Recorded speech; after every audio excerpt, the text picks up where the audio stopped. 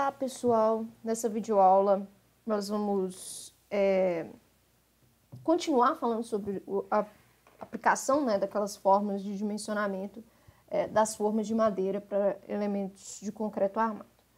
Bom, então essa é a parte final. Bom, é um cálculo bem exaustivo e repetitivo, tá? Mas que é importante nessa parte do dimensionamento, né, saber posicionar esses elementos na execução das formas, tá? Bom, então a gente já viu isso, né, que era referente à forma da viga, né? Então a gente tem a pressão vertical e a horizontal. Então na última aula a gente viu, né, esses cálculos aqui, né? Cálculo similar ao que a gente faz para a laje. As combinações últimas vão ser sempre o somatório das nossas cargas multiplicadas por um fator de 1,4, tá? Na combinação de estado limite de serviço, a gente tem apenas o somatório. Lembrando que quando a gente tem, quando a gente está falando de estado limite de serviço, a gente usa uma sobrecarga de 1 kN por metro quadrado. Bom, a pressão vertical, ela vai atuar na forma que fica ao fundo dessa viga, tá? Então, a gente sempre coloca, como a gente está usando compensado, a gente coloca dois sarrafos de apoio na longitudinal, né, ao longo do comprimento dessa viga, para ser um elemento de sustentação dessa forma, tá? Então, a gente fica com essa seção transversal, né, com formato de U, né, de cabeça para baixo, que vai servir, né, para resistir a esse carregamento, tá? Então, a gente fica com essa seção e a gente precisa determinar o centro de gravidade dessa seção, né, para a gente saber a inércia da seção, tá? Bom, então a gente fez todo esse cálculo, né, e aí a gente vai para o cálculo da verificação do estado limite último, que nada mais é que a determinação da distância entre os garfos, né, que são esses elementos destacados em vermelho, tá? Esse garfo conta normalmente com dois sarrafos, tá? Que encaixam no pontalhete, tá? Ok? E aí a gente tem esses garfos ao longo do comprimento da viga, tá? Então a gente quer saber justamente essa distância, tá? E ele vai servir de suporte, né? De apoio para esse carregamento que vem na vertical, tá? Aqui eu desenhei só um pontalhete desse lado, mas existe um outro pontalhete do outro lado da viga, tá?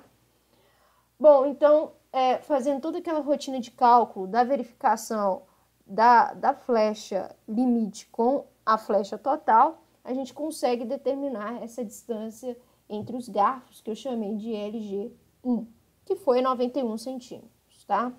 Então, fazendo a verificação se realmente essa distância do garfo vai ser coerente e que vai permitir a resistência desse sistema de forma, né, a gente faz a verificação, né, calculando o momento fletor máximo e obtendo a tensão normal devido ao momento fletor, tá? E aí essa verificação a gente compara tanto para a resistência do compensado quanto para resistência da madeira, né, que é a madeira maciça C25, tá? Por que a gente faz essa comparação com essas duas resistências?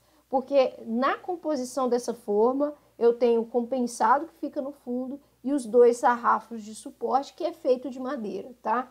Então, a gente precisa fazer a verificação dos dois. E nesse caso, a tensão ela é baixa em relação à resistência do material, então ela vai resistir tranquilamente. Eu posso adotar esse valor de 91, né? Seria melhor adotar um valor arredondado, então adotaria um valor de 90 centímetros, tá?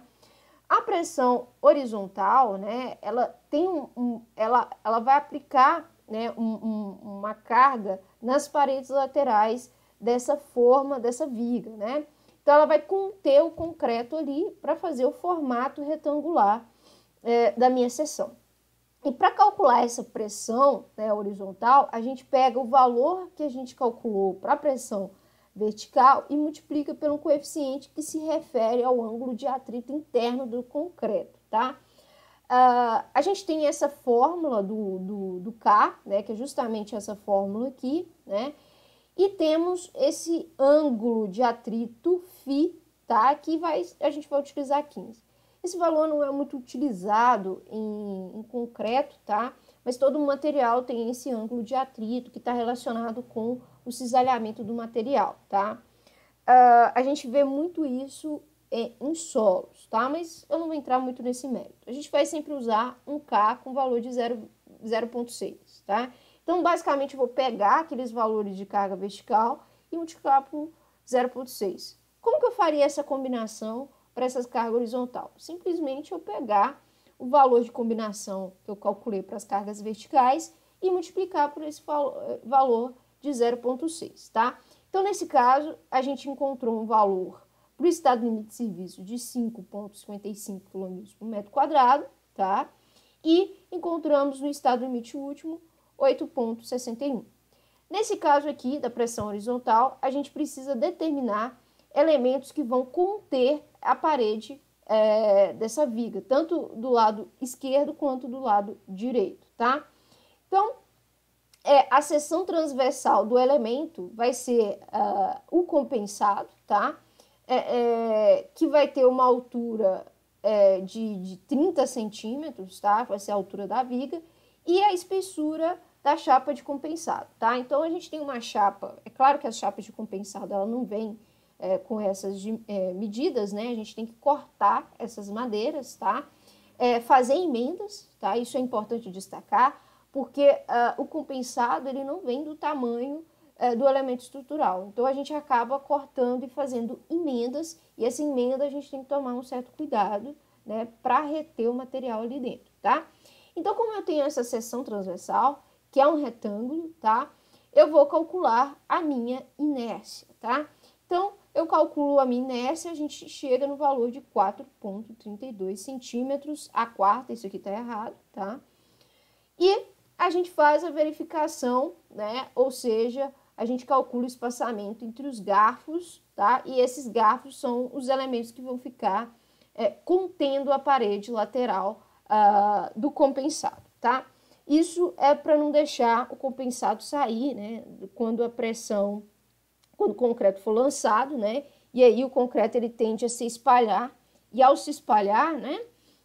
Ele gera uma pressão. Então, esse sarrafo que a gente vai colocar, esse garfo, é justamente para conter essa forma, para ela não sair, né? Não tombar.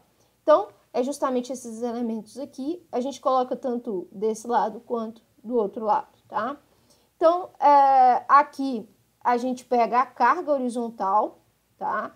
Que a gente calculou para o estado limite de serviço e multiplica pela altura da forma, né? Do compensado, H, que nesse caso é a altura da viga de 30 centímetros, tá? Então, a gente vai obter aí um valor de 1,665 kN por metro. Aqui vale destacar que a gente vai utilizar o módulo de inércia à flexão do compensado, tá? Paralelo às fibras, tá? E um destaque que isso a gente obtém na tabela que vem fornecida pelo fabricante do compensado, tá? Então, isso já é fornecido do material. Então, vai ser 871,56 kN por centímetro ao quadrado. Bom, dito isso, a gente passa para o cálculo, né, propriamente dito, né, que é esse cálculo aqui que a gente já está exausto de ver. Então, a gente substitui os valores, né, que a gente tem, né, a gente substitui a carga, a gente substitui o valor da inércia e do módulo de elasticidade, tá? A gente vai chegar numa equação de quarto grau.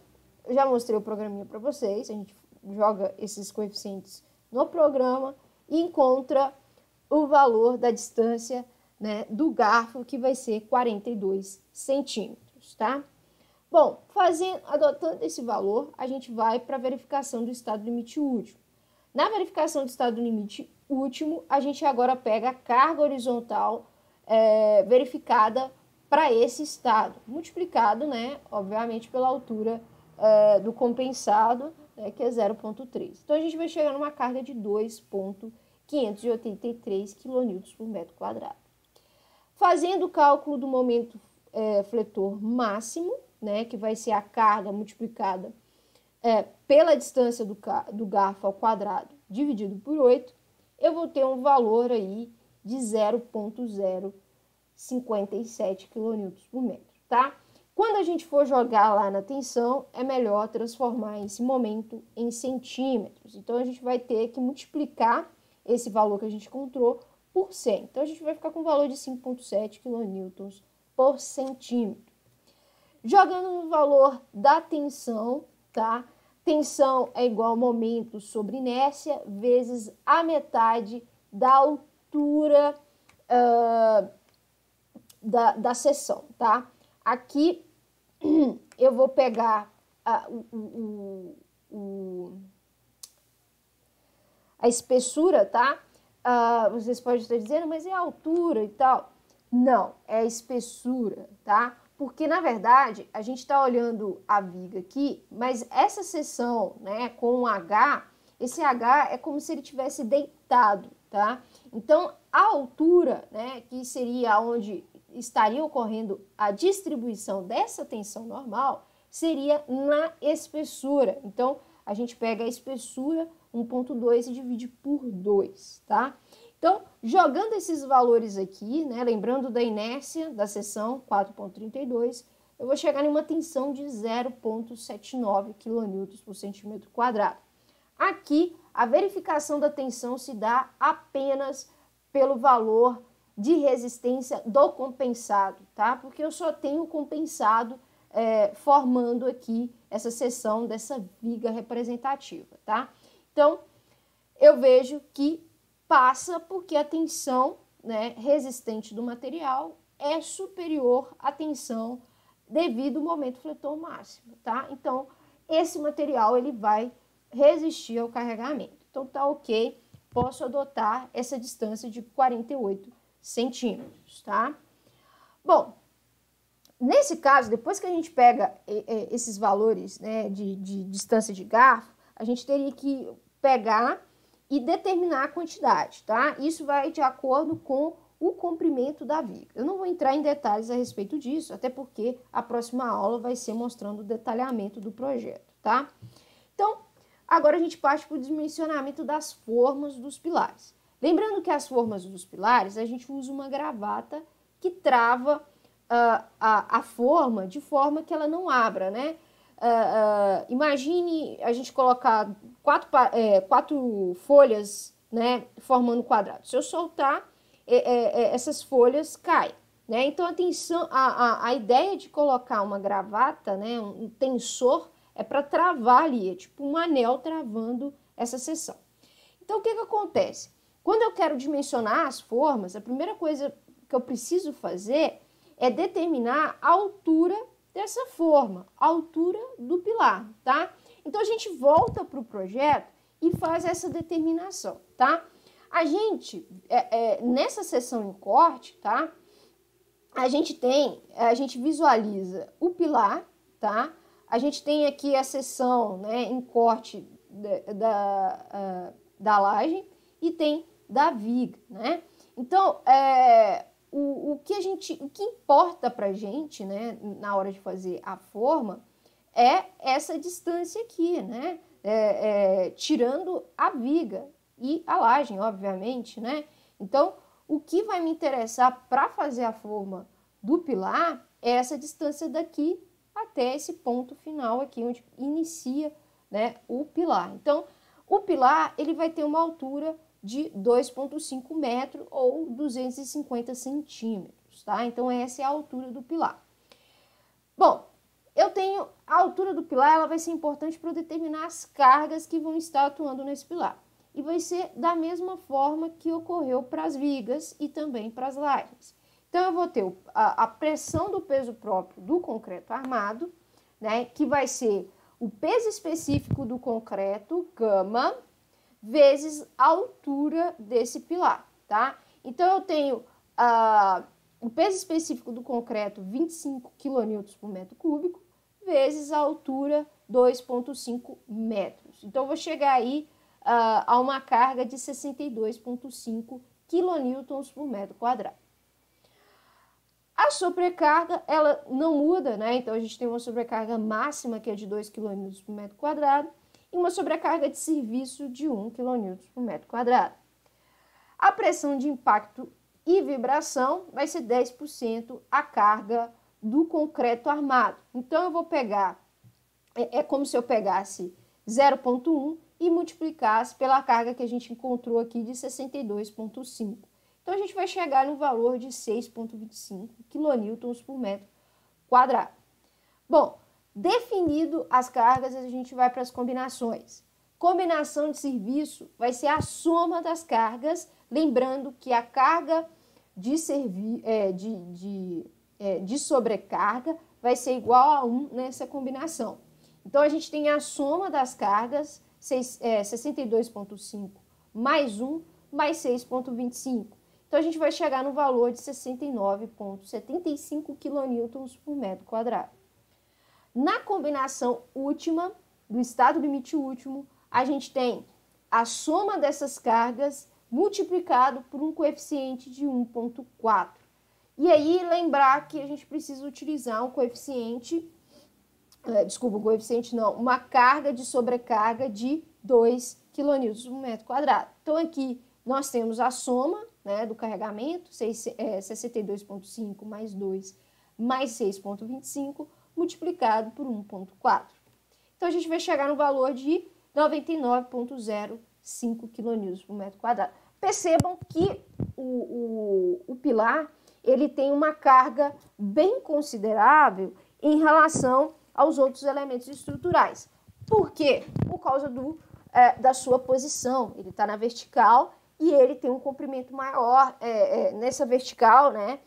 A sua altura é considerável, né, para essas cargas e por isso há uma carga tão excessiva, tá? Bom, então, o que a gente vai fazer é determinar, né, o espaçamento entre os sarrafos horizontais, tá?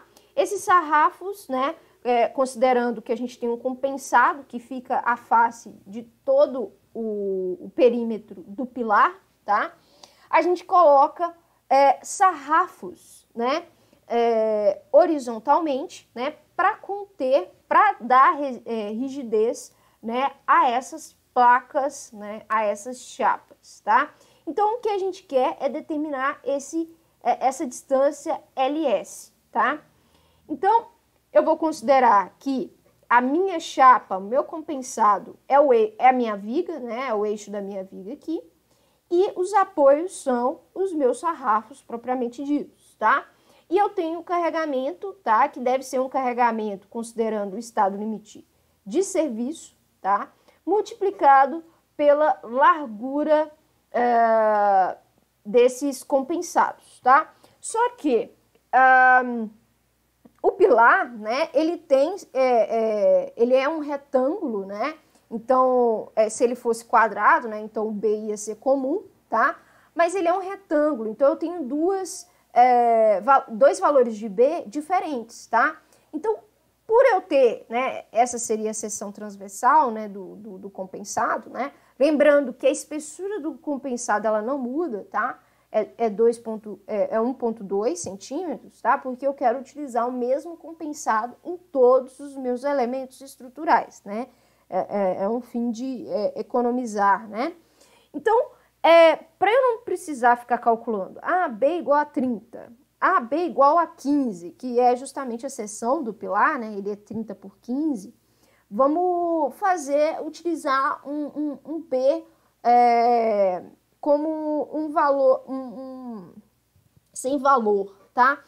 Mas isso vai prejudicar nos cálculos? Vocês vão ver que não vai mudar e não vai interferir em nada nos cálculos, tá? Quando a gente for inserir esse valor, esse valor de B, ele vai cortar, então ele não vai interferir no nosso cálculo aqui, tá? Então, vamos deixar ele aí, tá? Não vamos substituir o seu valor, tá? Vamos levar ele aí, essa incógnita aí, nos nossos cálculos, tá? Então, nós temos a viga em que o carregamento vai ser o B, né? Multiplicado pela carga que a gente calculou para o estado limite de serviço, 69,75 kN por metro quadrado, tá? Bom, então eu vou calcular, né, essa distância através dessa fórmula, né? Das flechas. Então, eu tenho que calcular a inércia. E a inércia, ela é referente, né, ao eixo dessa viga, e esse eixo, ele é o painel, né, que contém o concreto do pilar, tá? Então, nós temos essa seção, e a inércia, ela vai ser dada por essa forma, B vezes E ao cubo dividido por 12. O B eu vou deixar como incógnita, tá? E vou resolver, né, essa conta aqui, tá? Então, 1,2 ao cubo dividido por 12. Então, eu vou ficar com 0,144 vezes B, tá? Bom, aqui o módulo de inércia, o módulo de elasticidade, desculpa, o E, ele vai ser um módulo de elasticidade referente ao compensado. Só que aqui eu vou utilizar o módulo de elasticidade a flexão perpendicular às fibras, tá? Diferente do que a gente viu lá para a viga. Por que perpendicular? Bom, devemos considerar que essa forma, né, ela está recebendo a carga lateralmente, né, e ela está em pé, né? E o que acontece? A pressão tende a fazer isso com essa aqui é a carga da pressão, né, que a gente está calculando aqui, essa carga aqui, ela está atuando assim na minha forma, tá? Então, ela provoca uma flecha, tá? Que é a flecha devido à flexão, ok? E, né, se a gente for ver, né, o painel, né, o compensado, né, as fibras, né, elas estão posicionadas em pé junto com o compensado, tá? É a forma que eu considero a colocação do compensado. É melhor colocá-la assim, tá? Na viga, né, a gente coloca ela deitada, né? A gente vira aqui a 90, tá? Por isso que não utiliza esse valor de módulo de elasticidade, ok? Então, como isso acontece, tá? Percebam que a carga, ela tá perpendicular, né, às fibras, tá? Então, dessa forma, eu tenho que utilizar esse valor de 410,8 kN por centímetro quadrado, tá? Isso também é um dado fornecido pelo fabricante do compensado, tá? Ele tem que fornecer dois valores de módulo de elasticidade à flexão perpendicular às fibras. Perfeito, eu tenho todos os valores, agora eu posso substituir nessa fórmula aqui, tá? Colocando os meus valores. Então, aqui eu coloco a carga, né, 69,75, transformando essa carga em centímetros ao quadrado, é só dividir por 10.000 ou multiplicar por 10 a menos 4, multiplicada por B, tá? Aqui embaixo eu coloco a minha inércia, 0,144 vezes B, e aqui eu coloco o valor de E, que é 410,8, tá? Então, percebam, né, nessa formulação, tá? Eu já coloquei tudo em centímetros, tá? Até o valor de 1 aqui, tá? Tá em centímetros. Já fiz essa divisão de 1 para 500, né, que dá 0,002. Então, aqui, observem que o B, né, ele tá se dividindo, né? B dividido por B, né? E isso significa, né, 1, né? Então, a gente corta o valor de B. Então, ele não vai entrar no nosso cálculo, tá? Então, fazendo essa conta aqui, a gente vai obter, né, essa equação, tá? Onde a gente vai ter 0,00001535 multiplicado por LS a quarta, e aí a gente tem o resto da nossa equação. Perceba que essa parcela aqui, ela não muda, tá? Ela vai ser sempre a mesma em todos esses cálculos que a gente fez, tá? Então, determinando, né, essa equação de quarto grau, a gente vai chegar, né, no LS igual a 17 centímetros, tá? Então, a gente vai para a verificação do estado limite último, tá? E aqui no estado limite último, a gente vai utilizar a carga que a gente calculou, né, para a combinação última, que deu 99,05 kN por metro quadrado. E a gente vai continuar multiplicando por B e não vamos substituir esse valor de B. Vamos deixar ele como incógnito. Bom, fazendo o cálculo do momento fletor máximo, eu vou pegar essa carga que a gente calculou aqui, a carga distribuída, e multiplicar pelo valor de LS que a gente acabou de determinar ao quadrado e dividir por 8. Então, eu vou ter todo esse valor da carga, né? Lembrando que eu tenho que transformar esse valor de 99,05 em centímetros ao quadrado, e eu vou ter o valor de 17 ao quadrado, tá? Tudo aqui está em centímetros, né? Até porque eu vou jogar na fórmula da tensão, né, normal devido ao momento fletor, né? E onde eu vou trabalhar a inércia, né? E essa espessura em centímetros, tá? Então, eu jogo toda essa expressão aqui, tá? Se quiser fazer o cálculo antes dessa parte, pode fazer, melhor, que facilita o cálculo e o entendimento, tá? Eu substituo aqui, né, todos os valores, né, o valor da inércia, 0,144 vezes B, vezes a metade da espessura, que é 1,2, tá? Então, novamente, aqui a gente vai ter B dividido com B, né, isso vai se anular, e a gente vai chegar nessa expressão, né, onde a gente vai ter, dentro desse parêntese aqui, né, fazendo essa conta toda, 0,358 dividido por 0,144 vezes 0,6. Fazendo esse cálculo, a gente vai chegar que a tensão, né, solicitada no material é de 1,49 kN por centímetros ao quadrado. A verificação, né, da resistência do estado limite útil, ela vai ser feita com relação ao material compensado. Então, eu vou comparar essa tensão com o valor de resistência do compensado, né, que é esse F aqui, que é de 1,08 kN por centímetro ao quadrado. Perceba que a tensão que a gente calculou, que solicita o material, ela é superior à de resistência, né, esse valor de F. Logo, não verifica e a gente precisa alterar o espaçamento entre os sarrafos, tá? Então, como que a gente vai fazer isso? Como que a gente vai determinar esse novo espaçamento? A gente vai pegar essa fórmula de comparação, de verificação, onde a gente pega a tensão solicitada, né, o sigma M, né, e compara, que deve ser menor ou igual, a tensão resistente no compensado, que a gente já tem o valor, que é 1,08 kN por centímetro ao quadrado. Então, aqui a gente pega a fórmula do sigma M, da tensão, tá? Que é toda ela aqui, e substitui os componentes, lembrando que eu vou conseguir determinar esse espaçamento através do momento fletor máximo, tá?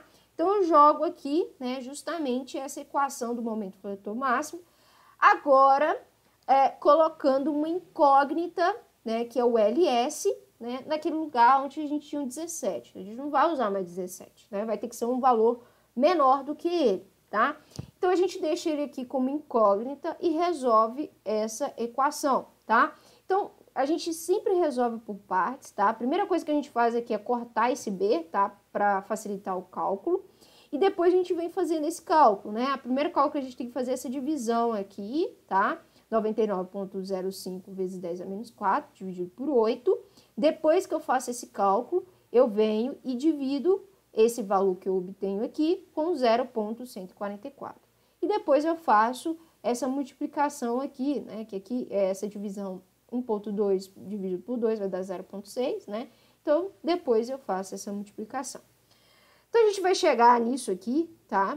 Foi exatamente isso que eu falei, né? Essa divisão aqui vai chegar nesse valor, depois eu faço essa divisão, depois essa multiplicação, depois passo esse valor para o outro lado, dividindo, né, esse valor de 1,08, e depois eu passo, né, essa potência para o outro lado, que vai se transformar em uma raiz. E aí eu vou chegar no valor de LS, que deve ser menor ou igual a 14,5 centímetros. Então, eu tenho que encontrar um espaçamento entre sarrafos menor, né, que esse valor de 4,5, tá? Então, como que seria esse espaçamento, tá? Lembrando que eu tenho um pilar com seção retangular de 30 por 15, tá? Então, eu vou considerar aqui, né, a menor dimensão do pilar, tá? Para essa menor dimensão do pilar, eu colocaria 2 sarrafos simples, tá? Com com uma seção só, né? De 5 por 2,5, tá? Que vai ficar nas extremidades do compensado, tá? Então, eu vou colocar ele aqui na extremidade, né? Bom, então o espaçamento, né, não pode ultrapassar 14,5. Então, esse espaçamento vai ser de eixo a eixo do sarrafo, tá? Eu vou colocar, né, esse sarrafo com maior comprimento aqui, tá? Ao longo do comprimento da largura do pilar, tá? Então, eu vou ter essa dimensão de 5 aqui, tá? Então, como eu tenho essa dimensão de 5 aqui nesse sarrafo e aqui, né? E eu tô pegando o meio, né, do sarrafo, né? Então, eu tenho que desconsiderar metade aqui, né? Metade aqui para determinar esse LS, tá?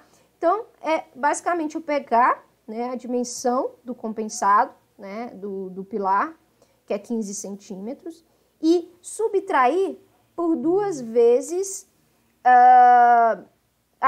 esse comprimento, né, dessa dimensão desse sarrafo, que é 5, né? Que 2 vezes porque eu tenho metade aqui e metade aqui, então 2 vezes. Então, essa distância aí vai ser de 10 centímetros, tá? Então, vai ser uma distância de 10 centímetros, ok. O que complica é para maior dimensão. A maior dimensão, ela tem 30 centímetros, tá? É uma placa um pouco maior. Aqui eu deixei mais exagerado mesmo.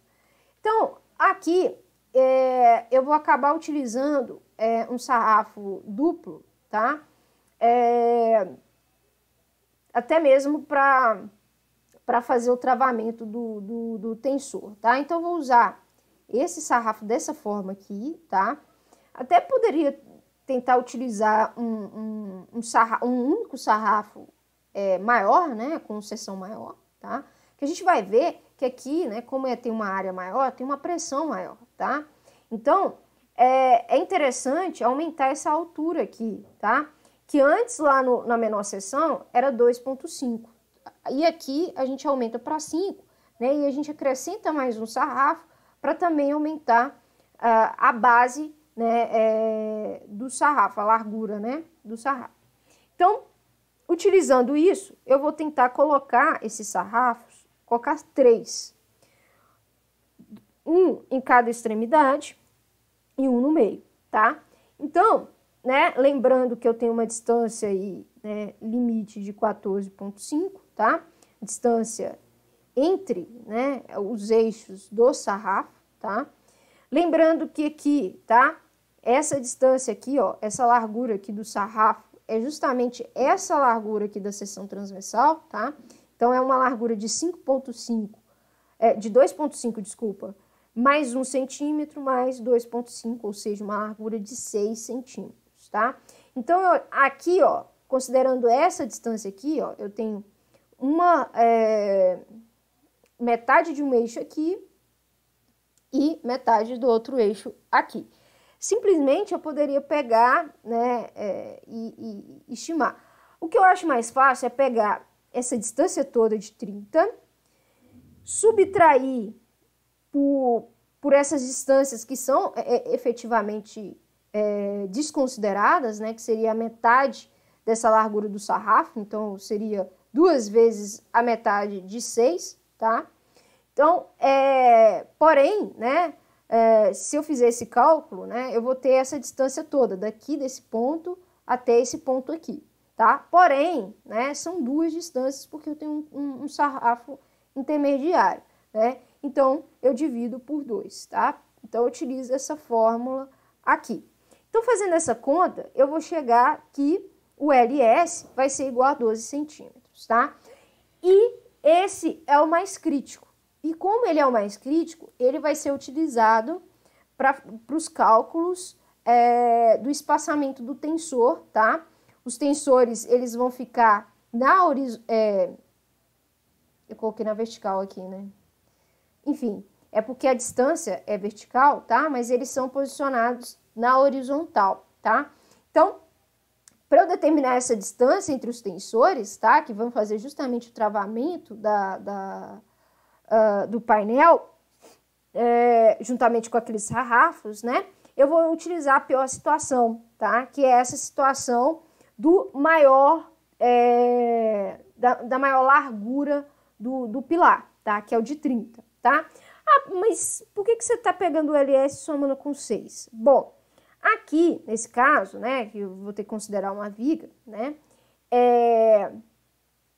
eu vou considerar, tá, o apoio inteiro, eu não vou pegar no eixo do sarrafo aqui, como eu tinha mostrado anteriormente. Eu vou pegar da extremidade aqui até a outra extremidade, tá? Então, eu vou ter que contabilizar a metade aqui de 6 e a metade aqui de 6, né? E pegar uma metade de 6 e somar com uma outra metade de 6 é uma inteira, né? Então, é 6, tá? Então, é basicamente eu pegar aquela distância entre eixo a eixo e acrescentar 6 centímetros, tá? Então, essa vai ser a distância LS que eu vou ter que considerar para calcular essa carga que está atuando aqui, né? Para o cálculo, né, do espaçamento entre os tensores, tá? Então, a seção dos tensores, né, para facilitar o encaixe, né, para aumentar a rigidez, na verdade, eu vou utilizar a mesma que eu utilizei para o sarrafo que eu posicionei aqui na vertical, tá? Então,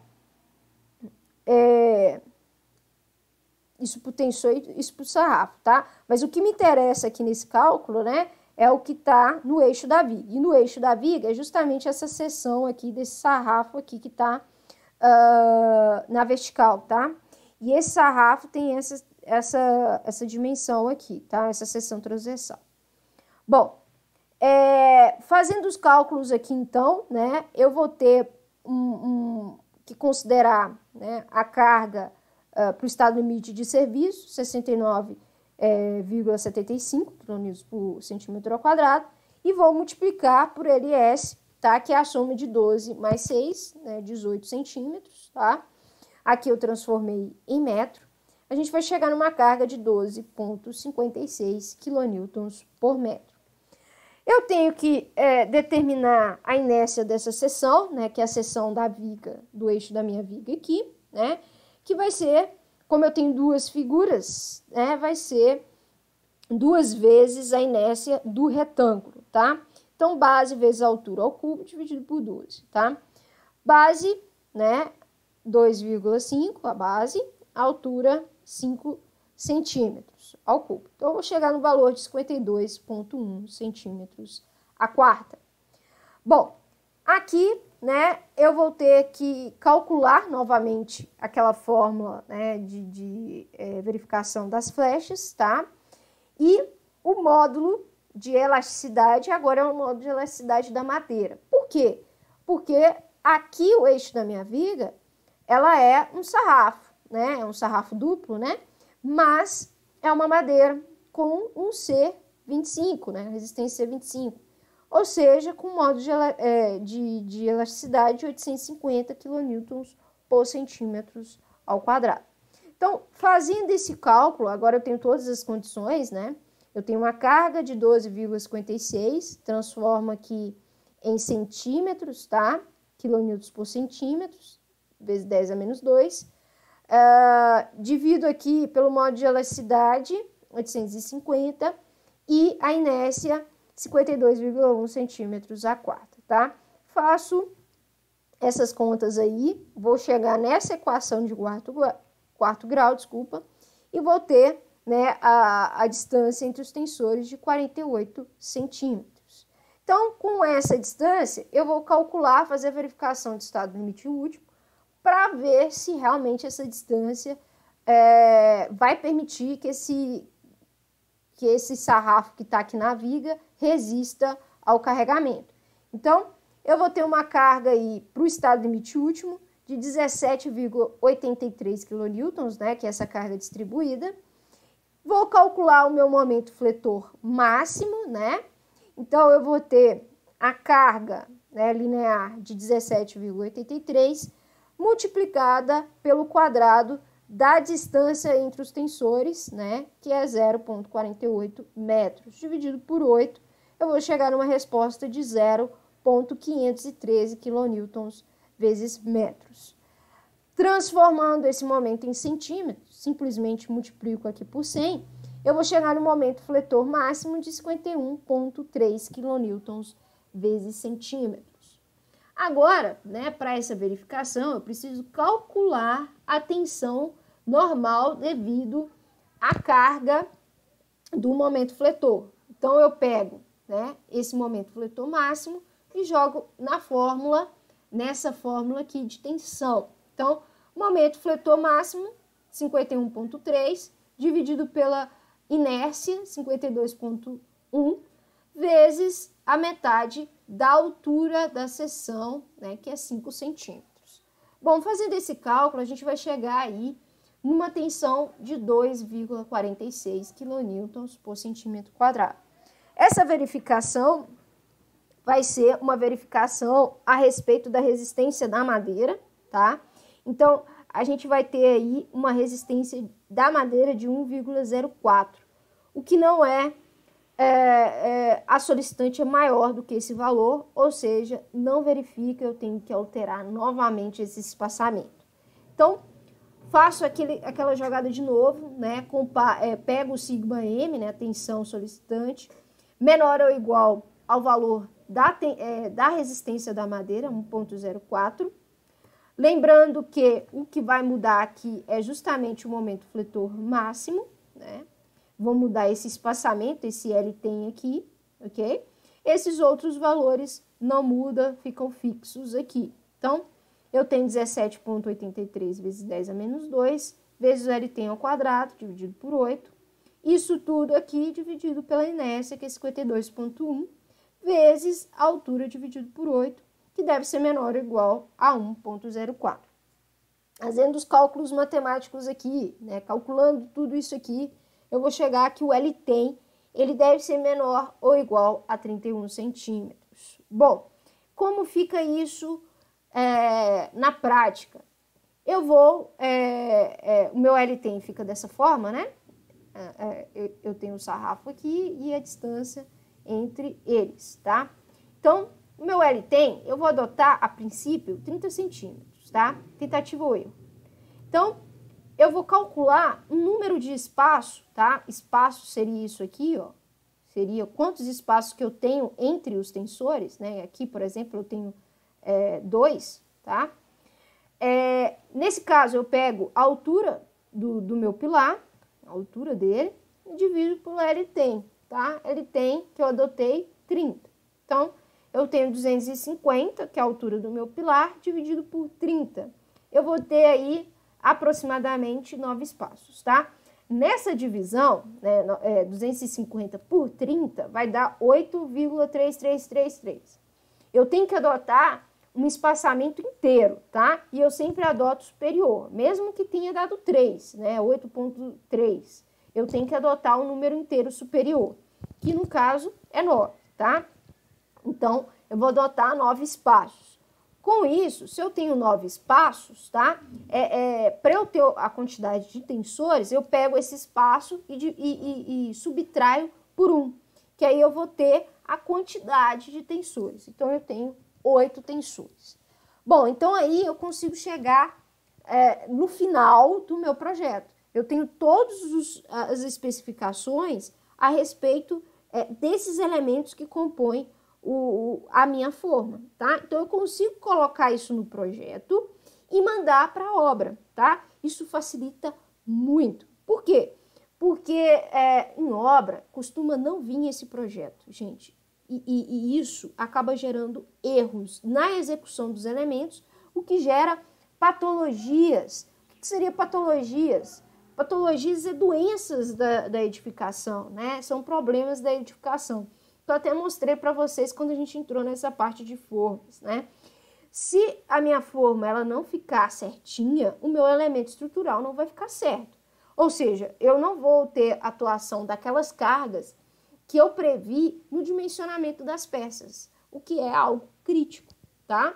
Porque a peça ela não está mais solicitada para aquele carregamento. E aí, se ela não está, se ela está sendo solicitada por outro carregamento, talvez aquele material, aquelas condições que eu coloquei de ferragem, né, de quantidade de concreto, não seja suficiente para resistir a essa nova solicitação, tá? Então, tomem muito cuidado. Isso são poucas pessoas que fazem esse tipo de projeto, tá? E é um projeto extremamente importante, tá? São cálculos repetitivos, de fato são cálculos exaustantes, de fato tá? Mas que são importantes para a construção em estruturas de concreto armado, tá? Então, na próxima aula, eu vou mostrar, né, esse projeto e a gente vai finalizar, né, Glória, essa parte da matéria e a gente vai para as armaduras. E aí as armaduras já é um assunto muito melhor para se tratar, é algo mais visível até para vocês, tá? Então, até a próxima!